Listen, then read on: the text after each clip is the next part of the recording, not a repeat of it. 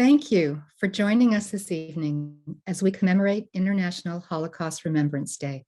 I'd like to extend a special welcome to the Holocaust survivors watching our program this evening and to the many families of survivors.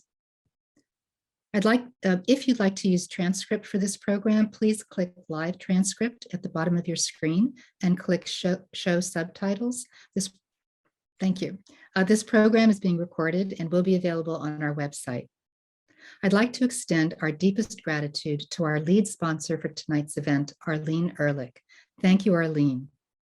We thank and acknowledge our program partners this evening. You can find their names on our website. The United Nations designated January 27th International Holocaust Remembrance Day, which marks the anniversary of the liberation of the Auschwitz-Birkenau concentration camp.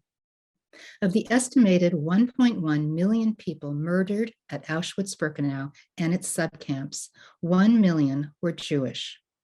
100,000 were primarily Soviet prisoners of war, Polish Catholics, and Roma. Auschwitz was only one of many camps and killing sites.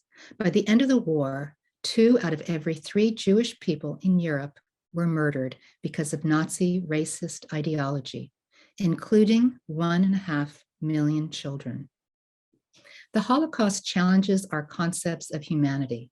And because it happened over a long period of time, 12 years from the Nazi rise to power to the end of World War II, it provides countless warnings of what can happen when societies are not vigilant.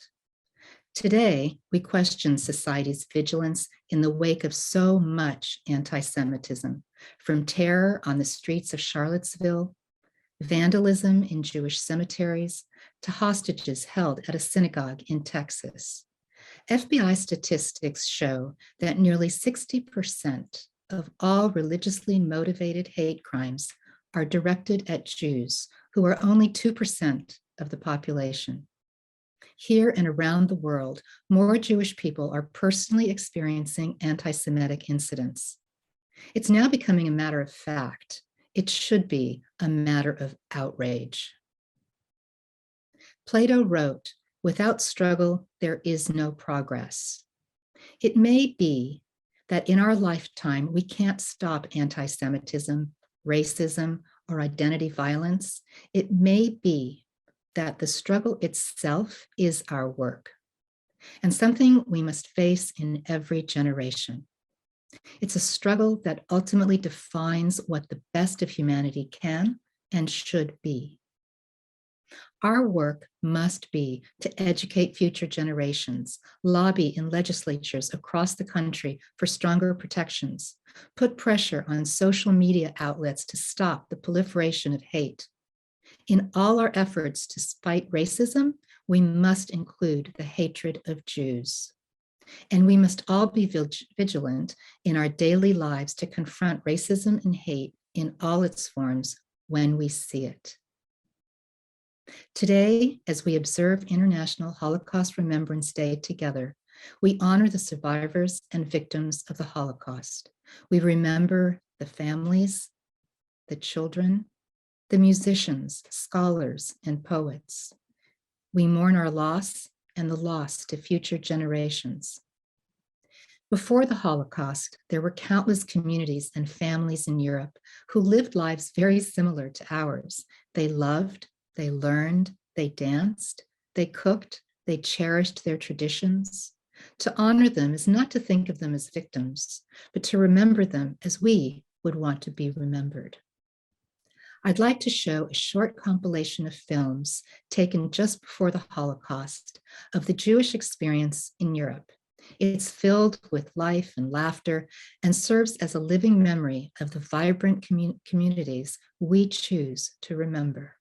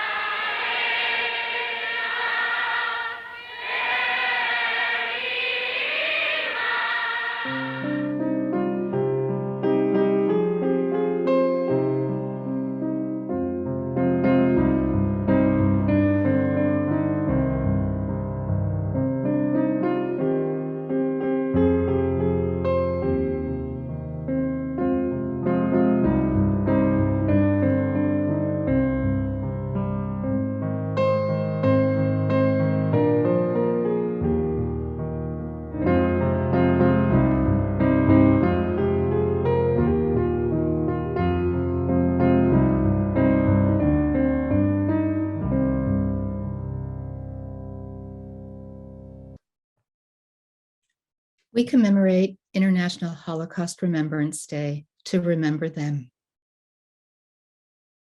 and to recommit ourselves to actively fighting hate in all its forms, asserting that every person matters. It's now my privilege to introduce Rabbi Jim Morrell. He's a board member of the Holocaust Center for Humanity, Rabbi of Congregation Bet Havarim, and Rabbi Emeritus of Temple B'nai Torah. We are honored to have him on our center's board and benefit from his wisdom and compassion. Rabbi Morrell will now lead us in a special Kaddish. Thank you, Dee. Before I recite the special Kaddish that was prepared by Elie Wiesel, I'd like to share one of his poems as well. We begin with silence, the silence of death, the silence after destruction. There are times when songs falter, when darkness fills life, when martyrdom becomes a consolation of faith against the unrelieved black of space about us. There are no words to reach beyond the edge of night, no messenger to tell the full tale. There is only silence, the silence of Job, the silence of the 6 million, the silence of memory. Let us remember them as we link our silences.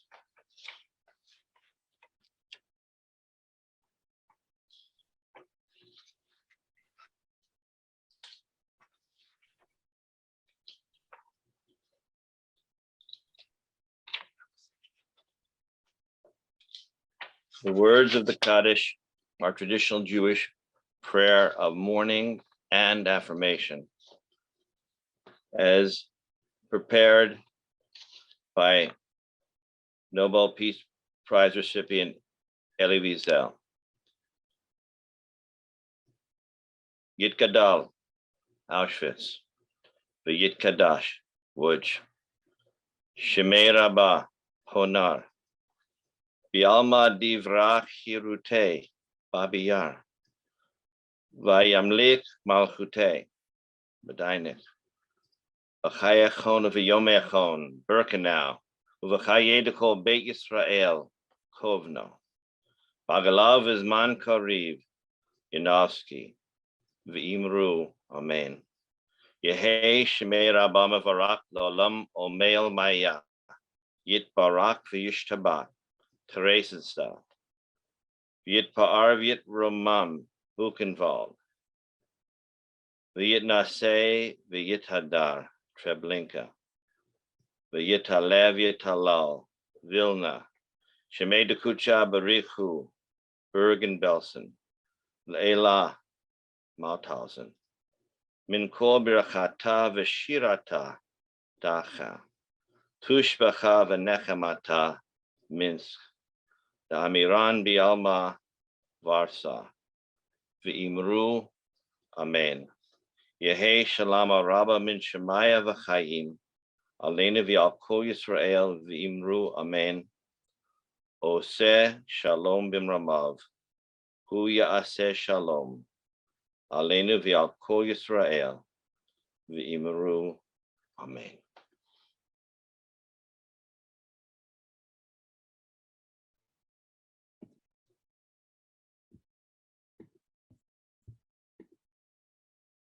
Thank you, Rabbi Morrell.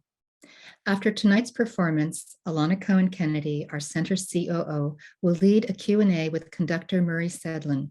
Please type your questions at any time in the Q&A box at the bottom of your screen. It's now my honor to introduce Murry Sidlin, President and Artistic Director of Defiant Requiem Foundation and creator of the concert dramas Defiant Requiem, Verdi at Terezin, Hours of Freedom, the story of the Terezín composer, and the play Mass Appeal, 1943. He is also a music director, creator, producer of the Emmy-nominated documentary film Defiant Requiem. Maestro Sidlin began his career as assistant conductor of the Baltimore Symphony and was appointed resident conductor of the National Symphony Orchestra. He's held the posts of music director, artistic director, and principal guest conductor for numerous prestigious orchestras and festivals, and has appeared as a guest conductor around the world. In addition to his work with Defiant Requiem, he continues to teach as professor of conducting and music of the Holocaust era. Murry Sidlin is a recipient of the Distinguished Alumnus Award from the Peabody Conservatory of Johns Hopkins University, the Medal of St. Angus of Bohemia from the Archdiocese of Prague, and the Simon Wiesenthal Center's Medal of Valor. Thank you, Mr. Sidlin, for conducting our program tonight.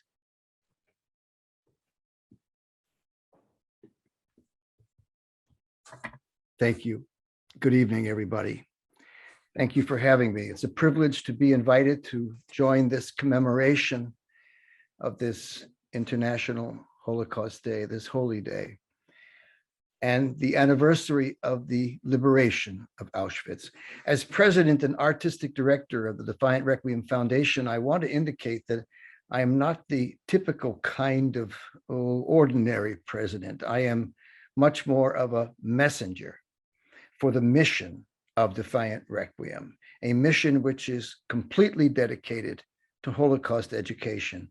That is to say, the enlightenment of and about the legacy of the ghetto concentration camp of Terezin, or Theresienstadt as the Nazis renamed it.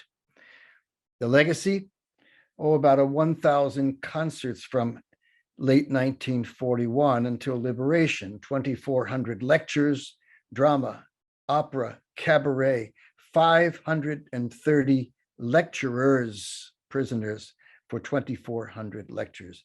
And our specific presentation this evening, the new music studio within the walls of the ghetto, approximately 20 or more composers who composed, rehearsed, and managed to perform many of their own new compositions, in spite of hunger, terror, illness, omnipresent death from typhus, and mainly malnutrition. Why create music, especially new music, in a place so dire, so deprived of any dimension of comfort and basic needs, including paper and pencils and basic elements of some nutrition and some attention, some medical attention? How was it possible to create? Victor Ullmann, perhaps the most famous composer in the camp, has said, quote, "There is a secret law that forces creative people to create. A secret law, an internal demand and drive." Some people observe that there is something rather irrational about creating music and visual arts and teaching or lecturing in hell. Rather strange, yes, not irrational. You see, the artists and scholars at Terezin would argue that it was so natural and rational that it was their only dependable nutrition for the creators, performers, and audiences. So we present their music to give the composers some small measure of careers they did not have. We perform their music because we have it.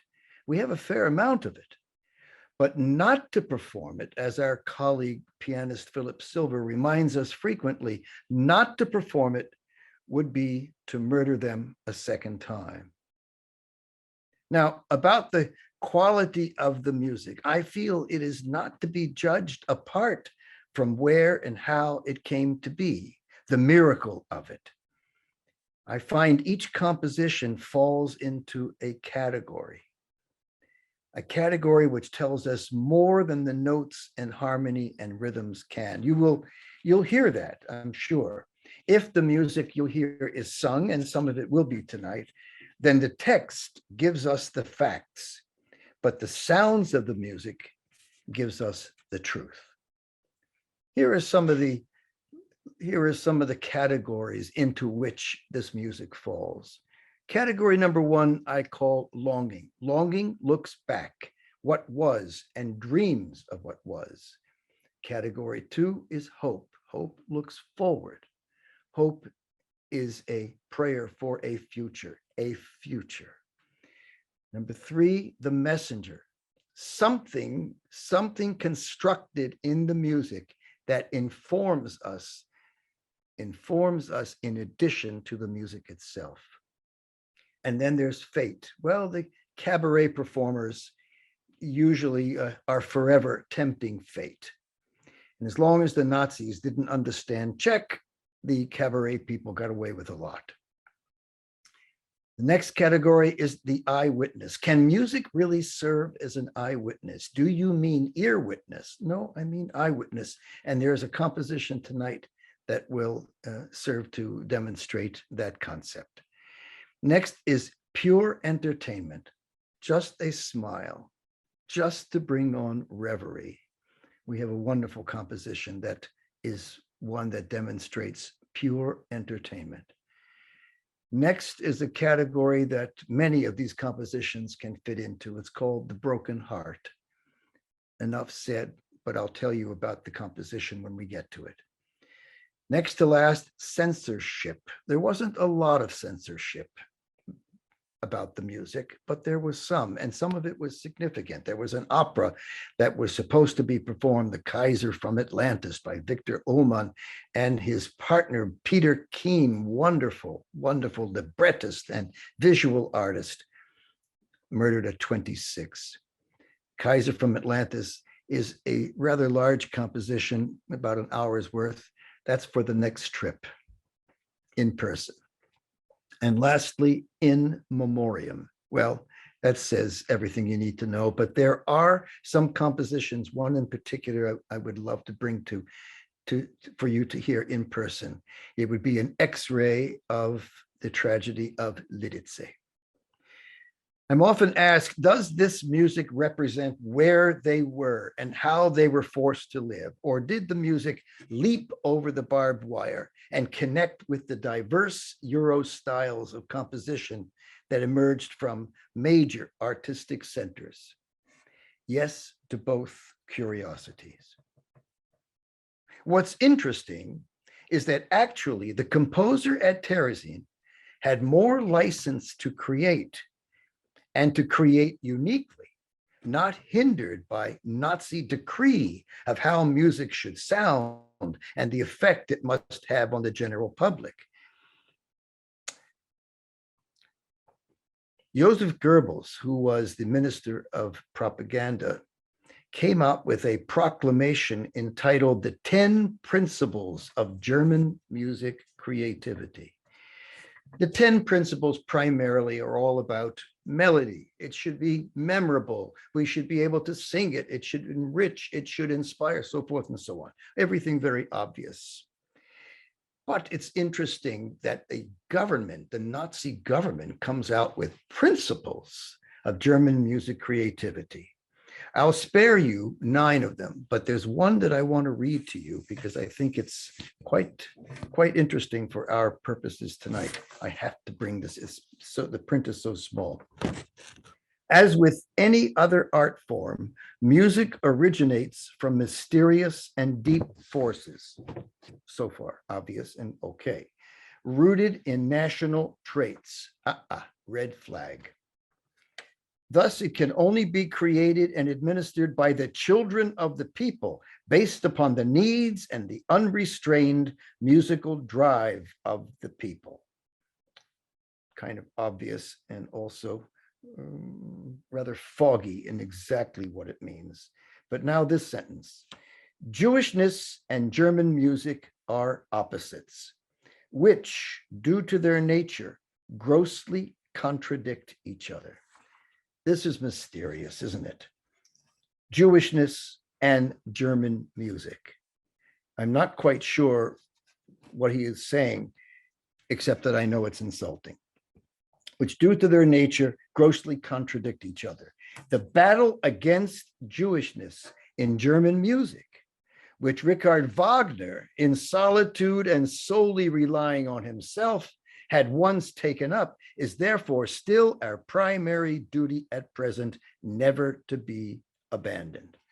Well, this idea of Jewishness in German music, it's rare, but it is there. You know, for example, in the Gustav Mahler First Symphony, Mahler converted to Catholicism, but he was Jewish when he wrote many of his compositions.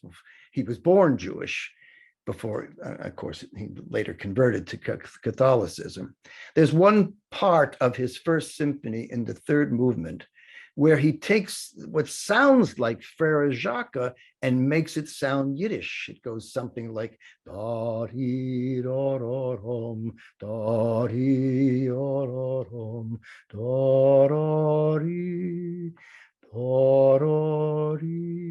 And a little later on, he goes yum ba-dum bum bum by yum ba-dum bim bum. That's in the Mahler First Symphony. It almost sounds klezmer-like. So perhaps this is what Goebbels is referring to: the battle against Jewishness in German music. Personally, the whole world thinks it's gorgeous and beautiful and touching and sweet and lovely, and we're very glad that Mahler wrote it. Today, the battle is no longer being fought merely by a knowing and lonely genius, that's Wagner, but carried out by a whole people. No kidding.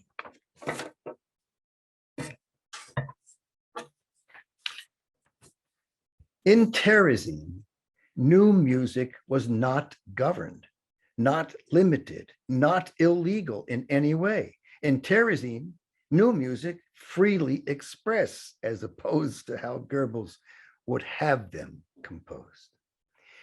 Okay, it's time that we hear some of this music.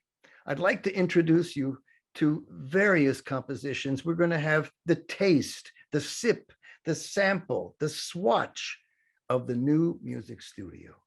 We'll start with a composition that falls under the heading of Longing. The composer was, I think, the only woman composer in the camp, Ilse Weber. The song is I Wander Through Theresienstadt. Now, when we have text, as I said, you have to realize the text gives us facts and the music gives us the truth, in this case, character and the depth of feeling. So let's listen to the three stanzas of I Wander Through Theresienstadt, sung by Anne Quintero, accompanied by Philip Silver, the music of Ilse Weber.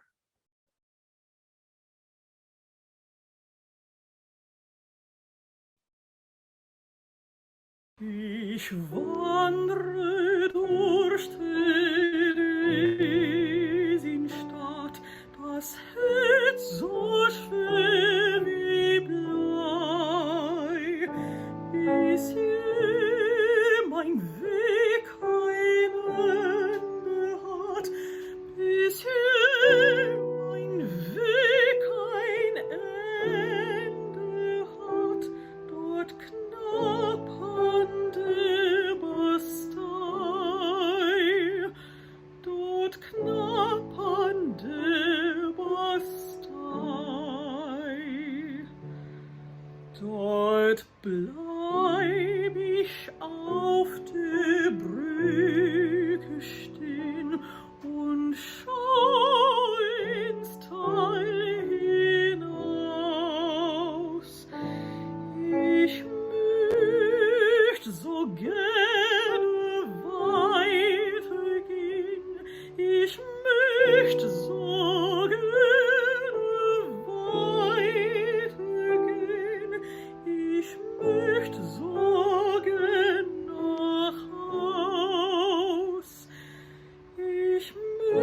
so gehen nach Haus. Nach Haus, du wunderbares Wort, du machst das Herz mir schwer.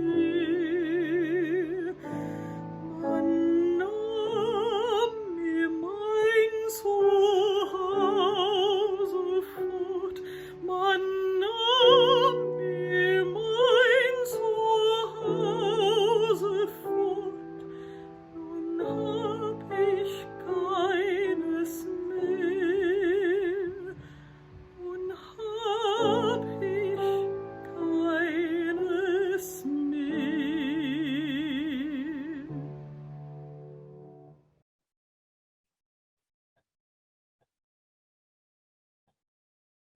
Thank you, Anne. Thank you very much. The next composition comes under the heading of Pure Entertainment. This is a composition by a very interesting musician. His name is Robert Dalber. As far as we know, this is the only composition that he wrote in Terezin. He was not a practicing composer. He was a practicing cellist and a very good one. He was a member of the various orchestras that he played in, the Czech Philharmonic and the Prague Symphony and the opera. And he also taught and was a wonderful solo cellist as well. So here is Robert Dalber. He composes only one work at Terezin, and it's not for cello, it's for violin and piano. This is a music that I said is pure entertainment. This is meant to recall the civility of the tea room. This is the kind of music that 3 o'clock in the afternoon, if you met a friend and you were having tea at Hotel Europa, every place has a Hotel Europa, and you listen to music coming from one corner of the room, the pianist and violinist are playing, and the violinist begins to stroll and go from table to table. It's that kind of music. Dalber was murdered at Dachau at age 23. And this is the only piece of music we have that he composed. Pure Entertainment. Robert Dalber, Serenade for Violin and Piano. Our violinist is Herbert Greenberg and Philip Silver, pianist.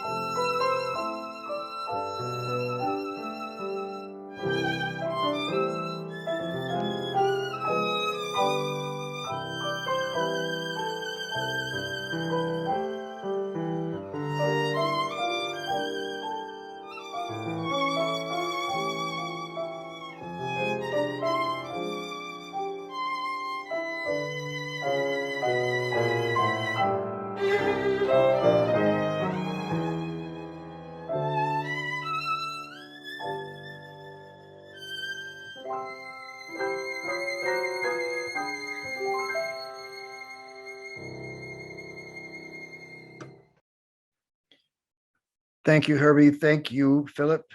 Beautifully done. What a sweet piece of music. Well, the next category is hope. And as I said, we now turn to the cabaret folks. Hope has its own partitions, you know, there's certainty, conviction, faith, assurance, confidence, and without a doubt. That sounds like cabaret people if I ever heard it before. This is music by a very famous cabaret artist by the name of Karel Svenk. He was very, very well known in Central Europe, and no doubt the most fulfilling parts of his career were to be ahead of him. Auschwitz stopped all of those dreams. This is a composition entitled Anything is Possible, or Everything is Possible. And it's a lovely work, very positive. Life begins tomorrow. Pack our bundles, go to the gate of the ghetto and laugh. And to bring us into the world of Karel Svenk, we turn again to Anne Quintero. Here is Everything or Anything is Possible.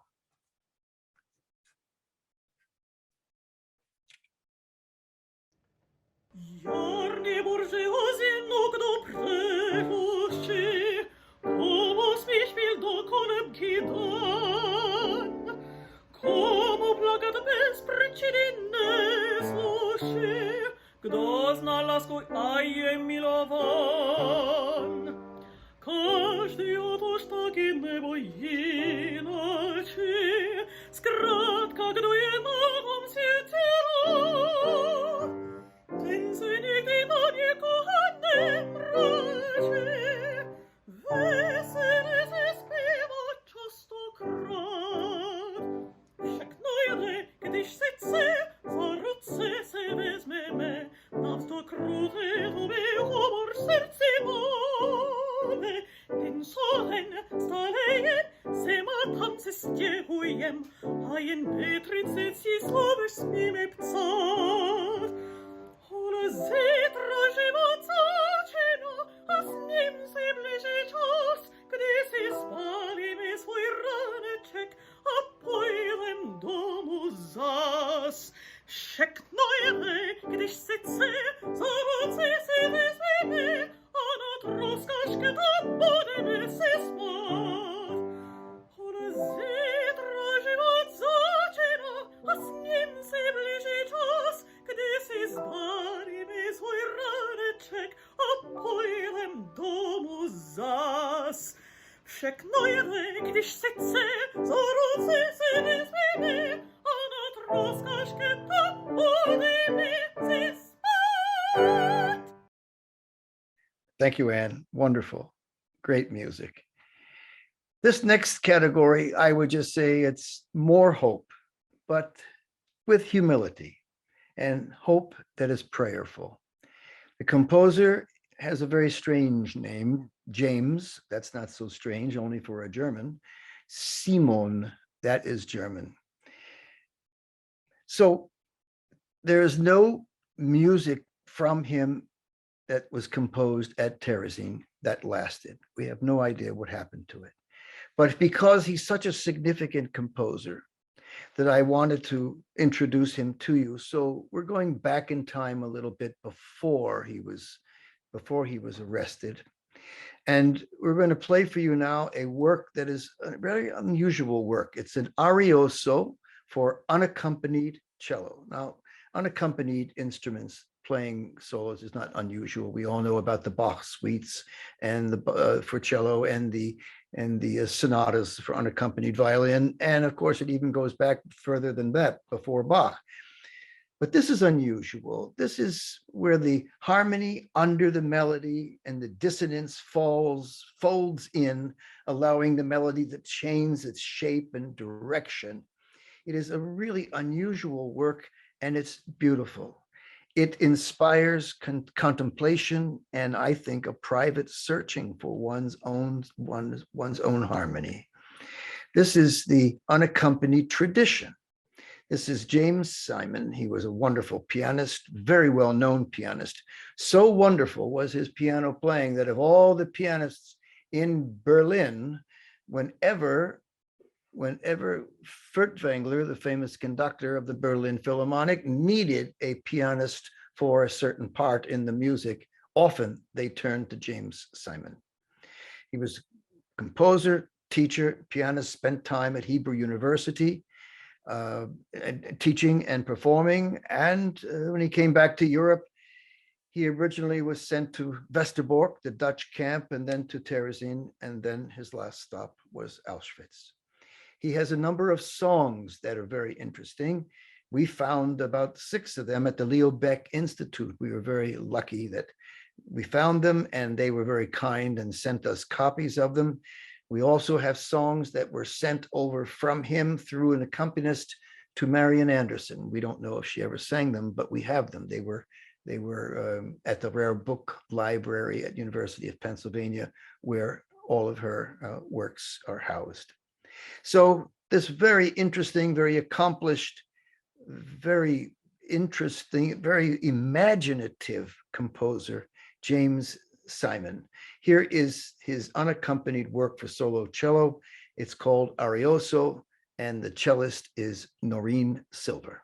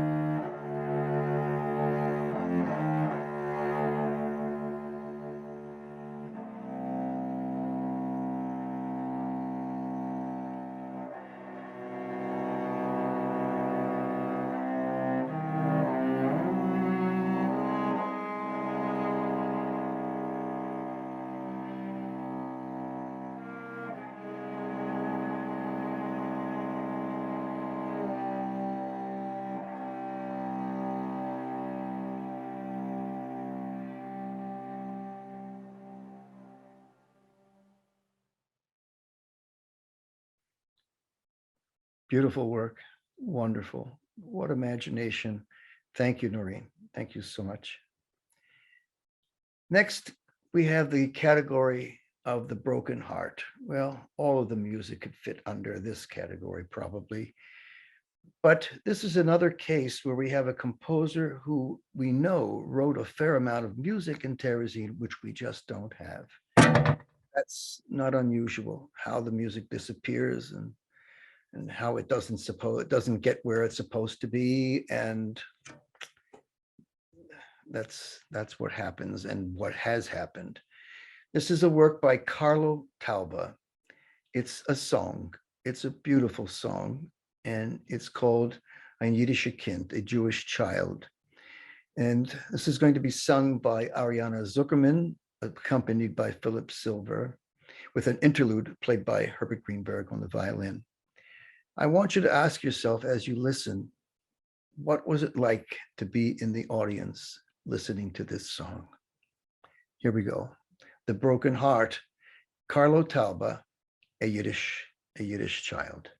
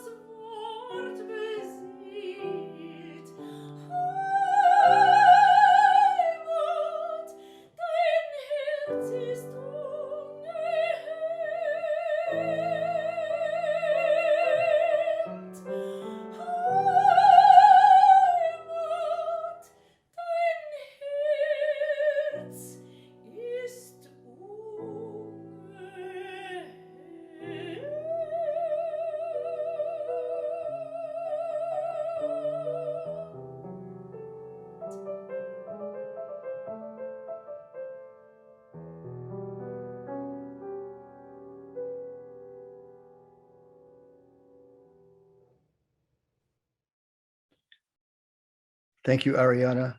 So beautiful. Thank you, Philip. And thank you, Herbie.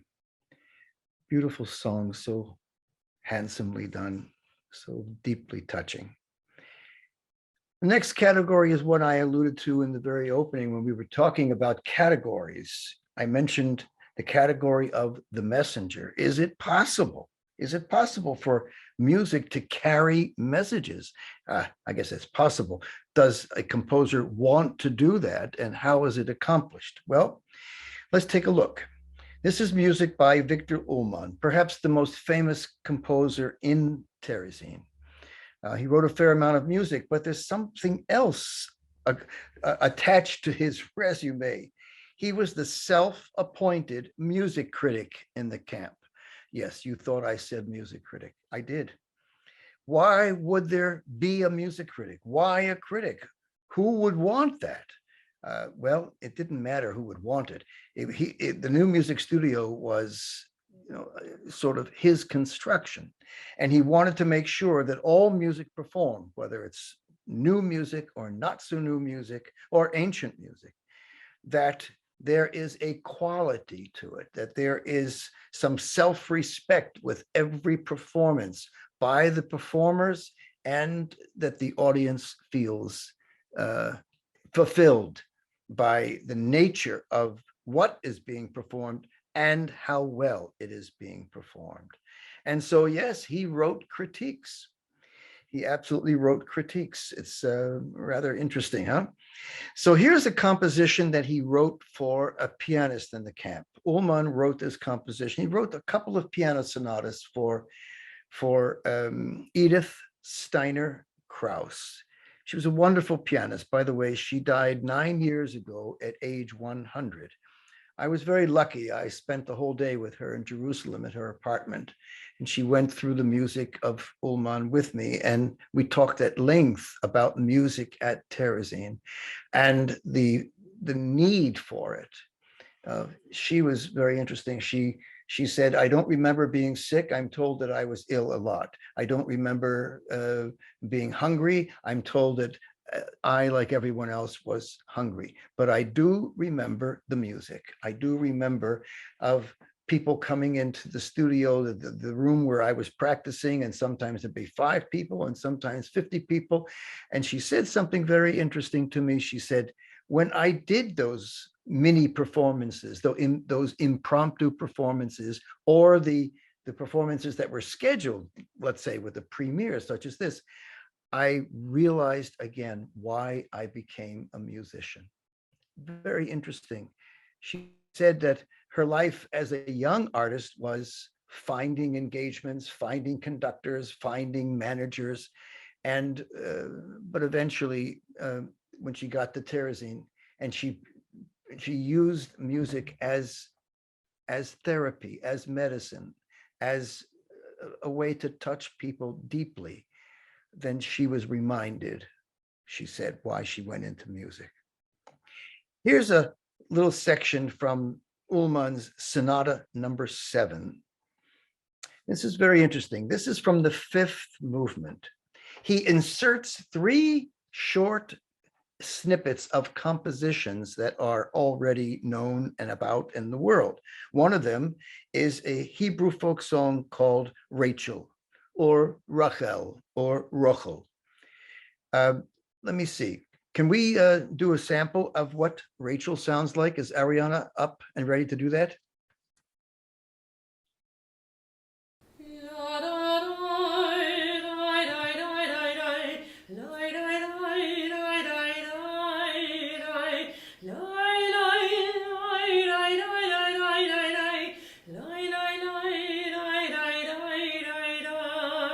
Yes, thank you so much. Beautiful. That's Rachel. That's a very important part of this next composition. The fugue we're going to play begins with that music. The next composition that we find inserted is, of all things, a Lutheran hymn, Now Thank We All Our God. I think Philip can play that for us.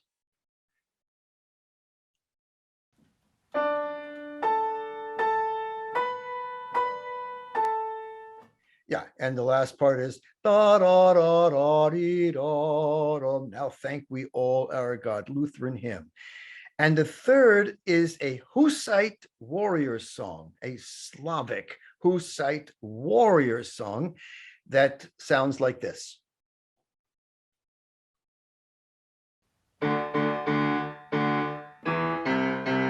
Yeah, that finds its way into a fair amount of Czech music.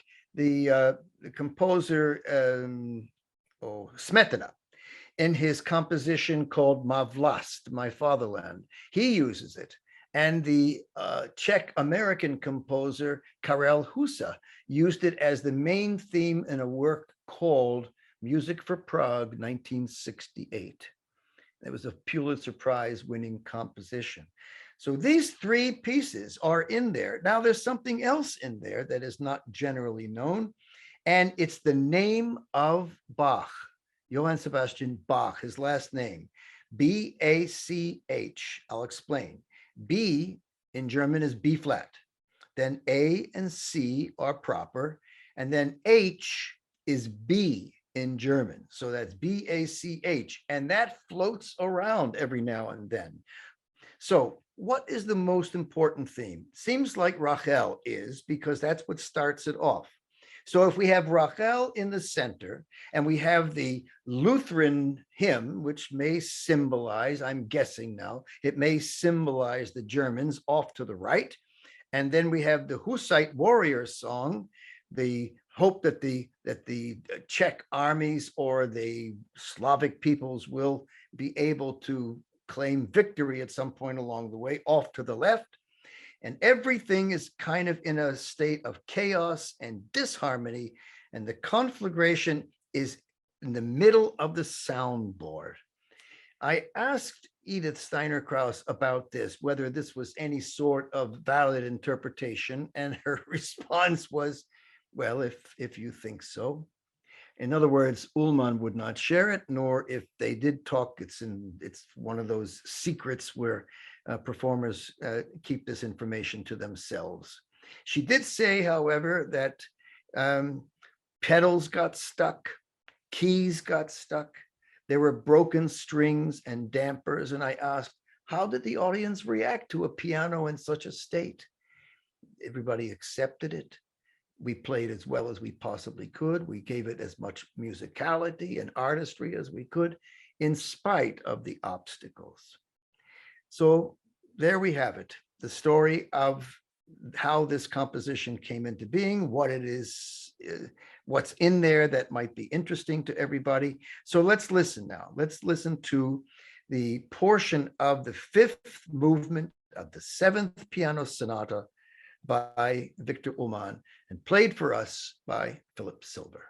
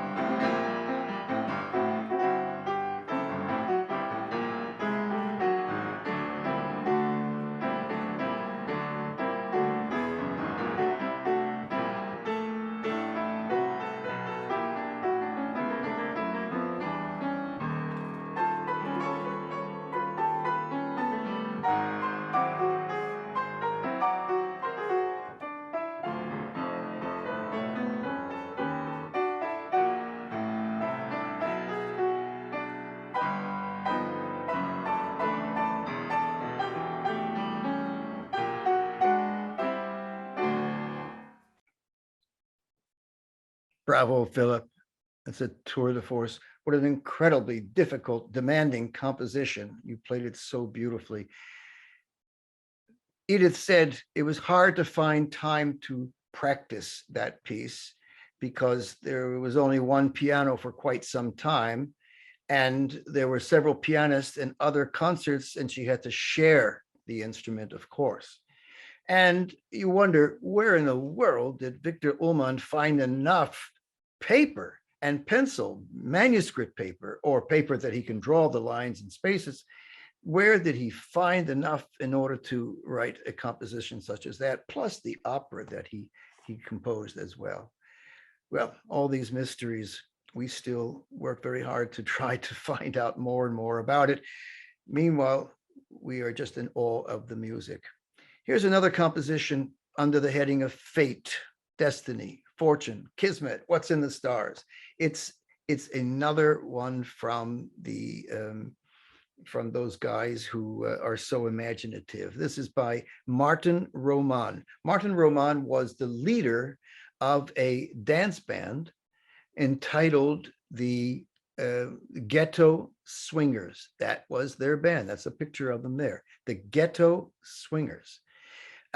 Now, there's a drummer up there whose name is Coco Schumann, and he died a couple of years ago, but he managed to finish his autobiography before he died. And the autobiography is entitled, guess what? Guess what? The Ghetto Swingers. It's really quite a wonderful book. So Martin wrote this composition called Carousel. It's a play, it's a show, it's a cabaret. And the main song in it is called Carousel. We ride on wooden horses. We long to be dizzy before it stops. What does that mean? We long to be dizzy before it stops. So let's listen now to Martin Roman's music. And this will be performed by Ariana Zuckerman and accompanied by Philip Silver. Here it is, Carousel.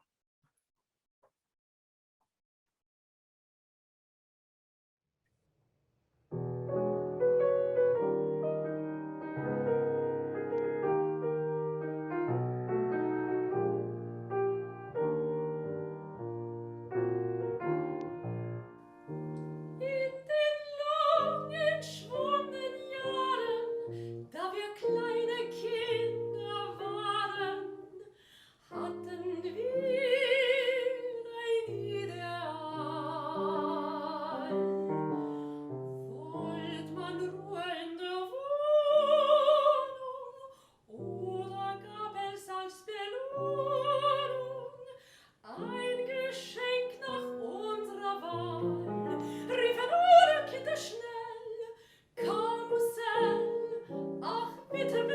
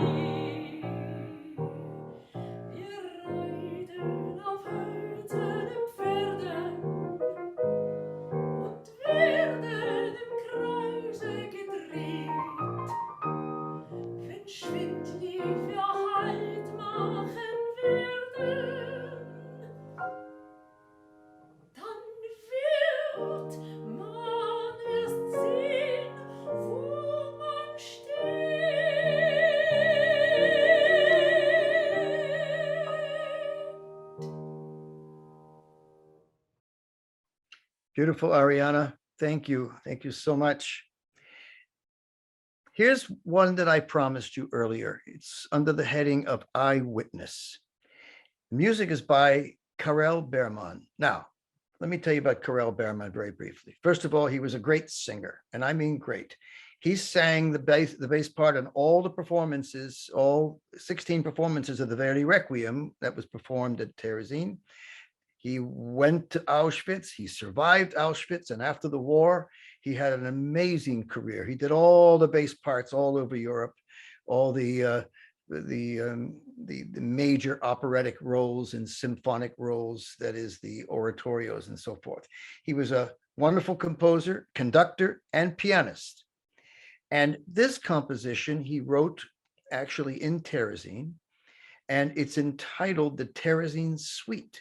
But after he survived Auschwitz, he changed the name of the second movement to Auschwitz Corpse Factory.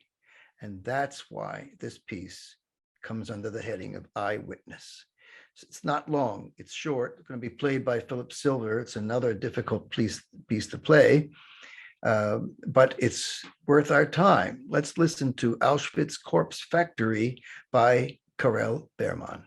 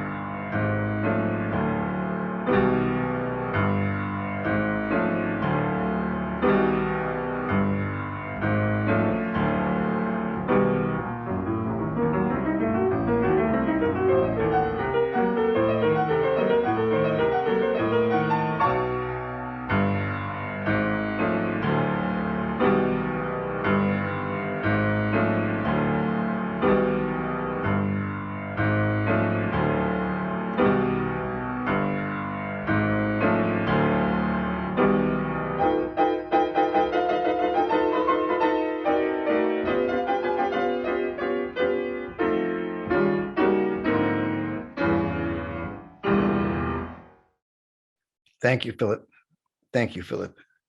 Rather dark music. Auschwitz Corpse Factory.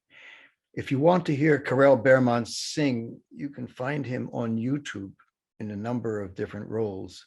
I recommend it. He had a beautiful voice. The last composition we're going to perform for you tonight is under the heading of Eyewitness again, except this time we, you and I, are the eyewitnesses. We're going to see a film, a short film made at Terezin.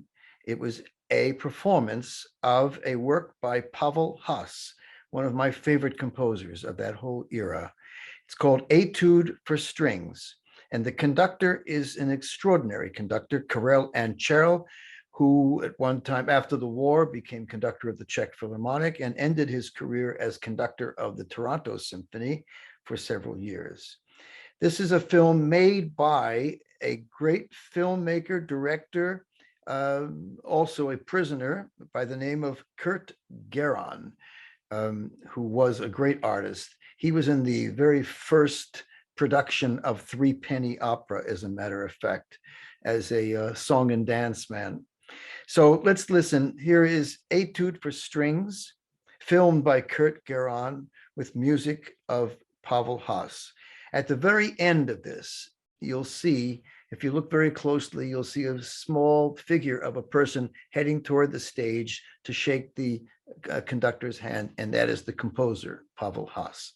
So this is a staged film, and I want you to see it. So here is Etude for Strings. In einem Konzert wird ein Werk eines in Theresienstadt lebenden jüdischen Komponisten aufgeführt.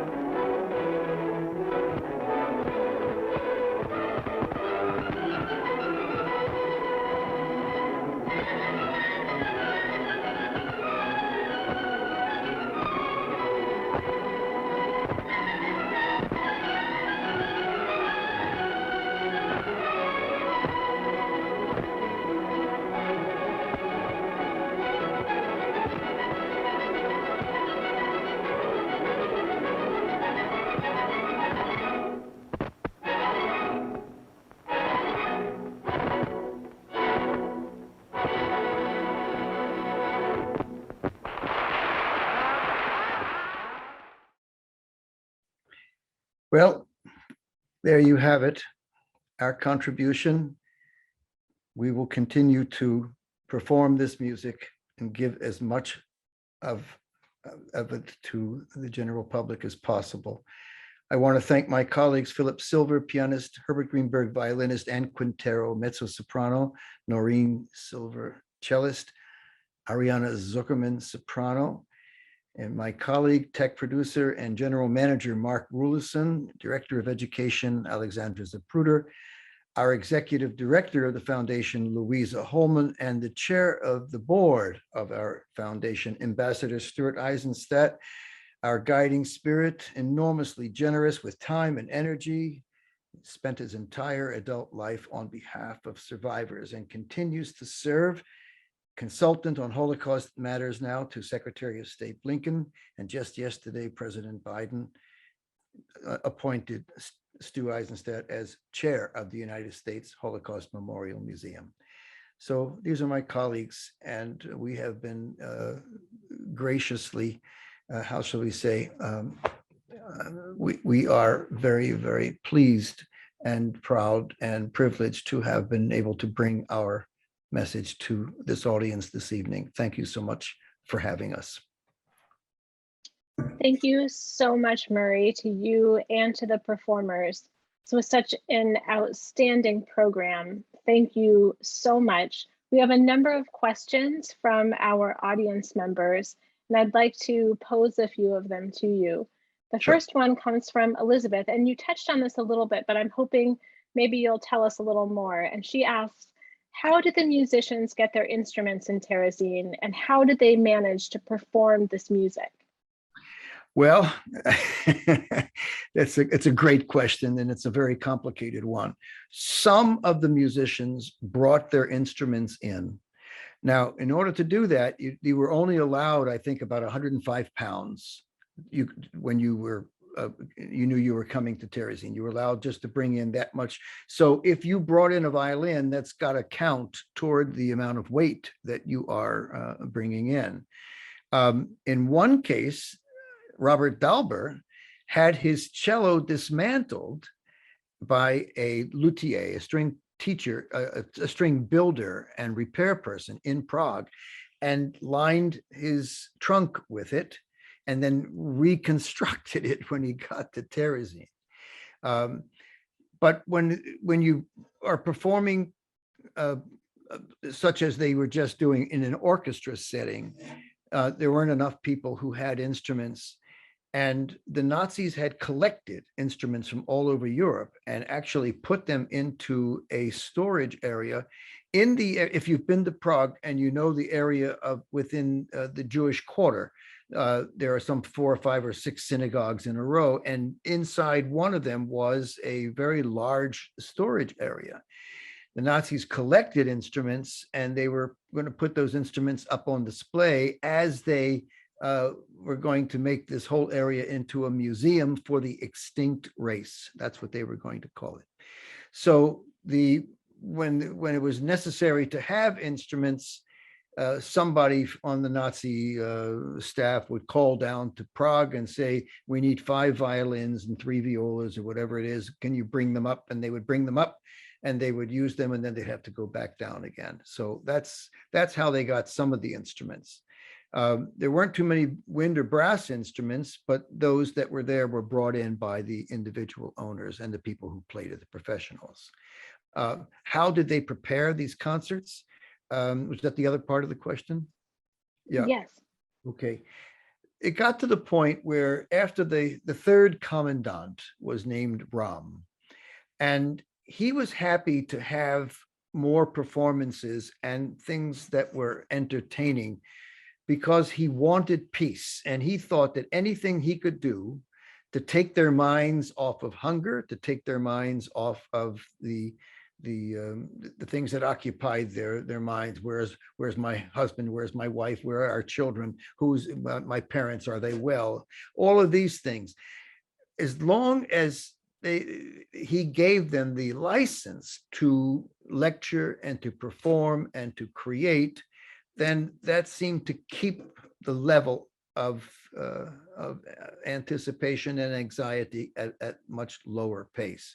So there was an organization called the Free Time Activity, the Freizeitgestaltung, and they had people who were in charge. These people, they gave out the rehearsal schedule and they gave out the concert schedule. And so by the time Terezin had closed down, there were over 1,000 concerts performed at Terezin. That's how it kind of worked. That's the short version. It's really unbelievable. There's a couple questions that also came in, wondering if there was music that was being performed at other camps as well. And if so, is that music preserved? Is it stored somewhere? Can you tell us a little bit about that?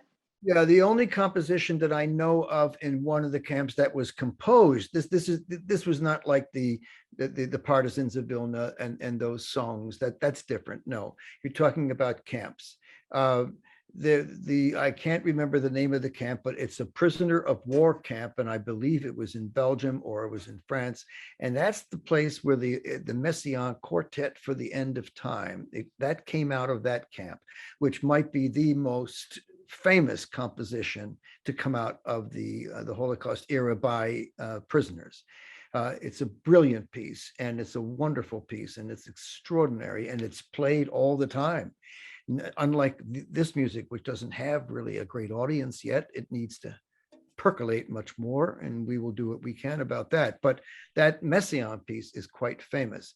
There was an orchestra in Westerbork We don't know how large it was because people are in and out. So it seemed to be an orchestra that could probably play the classical repertoire, but we don't know whether those were musicians who were capable or just people who had, they were studying and they had instruments, but they didn't play all that well. I cannot account for the quality. I can account for the quality in Terezin because I know people who went to those concerts and who participated, especially in singing the Verdi Requiem. There were 16 performances of the Verdi Requiem.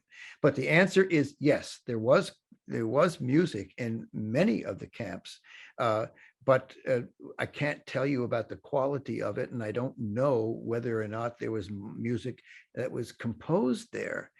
If so, it doesn't seem to have caught on very well, although there are some compositions that are, I think, preserved.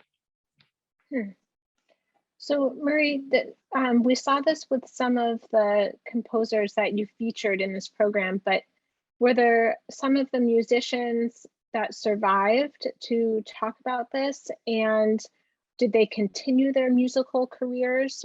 What can you tell us about their lives after the Holocaust? The only two that survived from the people that we performed tonight were the singer, Karel Berman, and the cabaret performer, Martin Roman. They survived.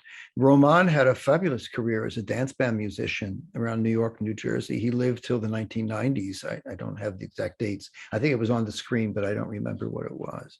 And Berman also lived into the 1990s, and so forth. Now, there is one thing that I would like, if you can give me about 30 more seconds. There was a singer in the Verdi Requiem. He was one of the solo singers. As you may know, of course, the Verdi Requiem requires a large chorus and a big orchestra. They didn't have a big orchestra. It was done with pianos. But the soloists, Karel Berman was one, and there was another one, David Grunfeld, who was the tenor.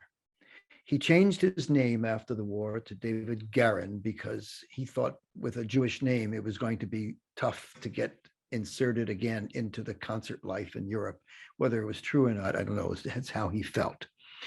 And I would just like to, we have queued up now a little bit of his voice. He made a recording of the Verdi Requiem in Holland in the 1950s. And his daughter pointed me toward this recording, and I have it, and we have it here. And I'd like you to listen to just about a minute of David Garin's voice, and I think you'll see the quality of the musician that performed the Terezin. Mark, let's do it for about a minute.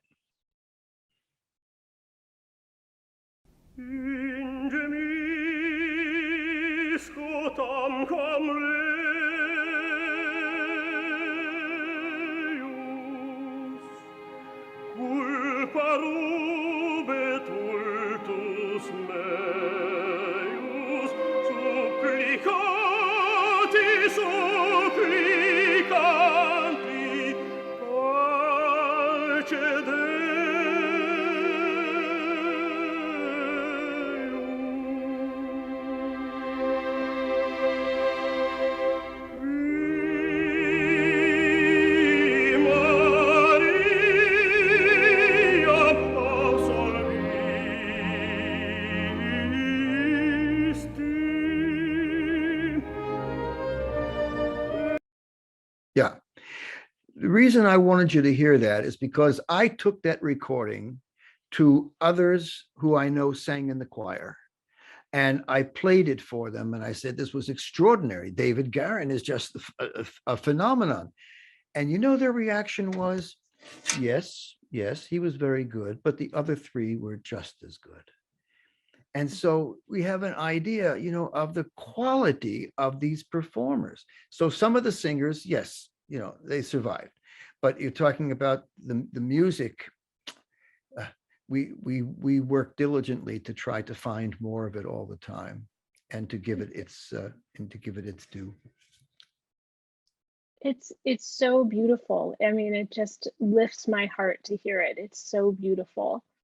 Thank you so much, Murry, for sharing this passion with us. I have one other question for you, and this will be our last question for the night, and I'm wondering if you can tell us two questions actually. Is there anything that you're working on now that you'd be willing to tell us about? And if people want to hear more of this music, where can they find it? Well, what you heard tonight, some of that is, you should go on to our website, Defiant Requiem, and it will take you into some of the music. And it'll also, if you're interested, the Verdi Requiem, which is the focal point of a film that we made, Defiant Requiem. We want that used in schools, and we have an incredible set of lesson plans for teachers, and it's free and it's online, and you can have it. Just go to it and use it. We work with teachers all the time to try to get this into the classrooms. Yes, we're always at work on projects, and this one, Hours of Freedom, is a great passion of ours. And I want very much to somehow solidify the presence of this music in chamber music repertoire. So we are working on that, and a few things that not ready to talk about just yet, but thank you. Fantastic. Thank you so much, Murry, to you and all of the performers and everyone on your team who's just done such an incredible job preserving this music. We're so honored to have you as part of this program to recognize and commemorate International Holocaust Remembrance Day. I want to turn it over now to our remarkable and passionate and articulate board president, Lynn Smith, for some closing remarks. Thank you, Alana. What a wonderful program. I can't think of a more beautiful or more appropriate way to honor International Holocaust Remembrance Day. Thank you to all of you for being a part of it. We hope to be in person next year, but in the meantime, please continue to be inspired by what you experienced tonight. Good night, everybody.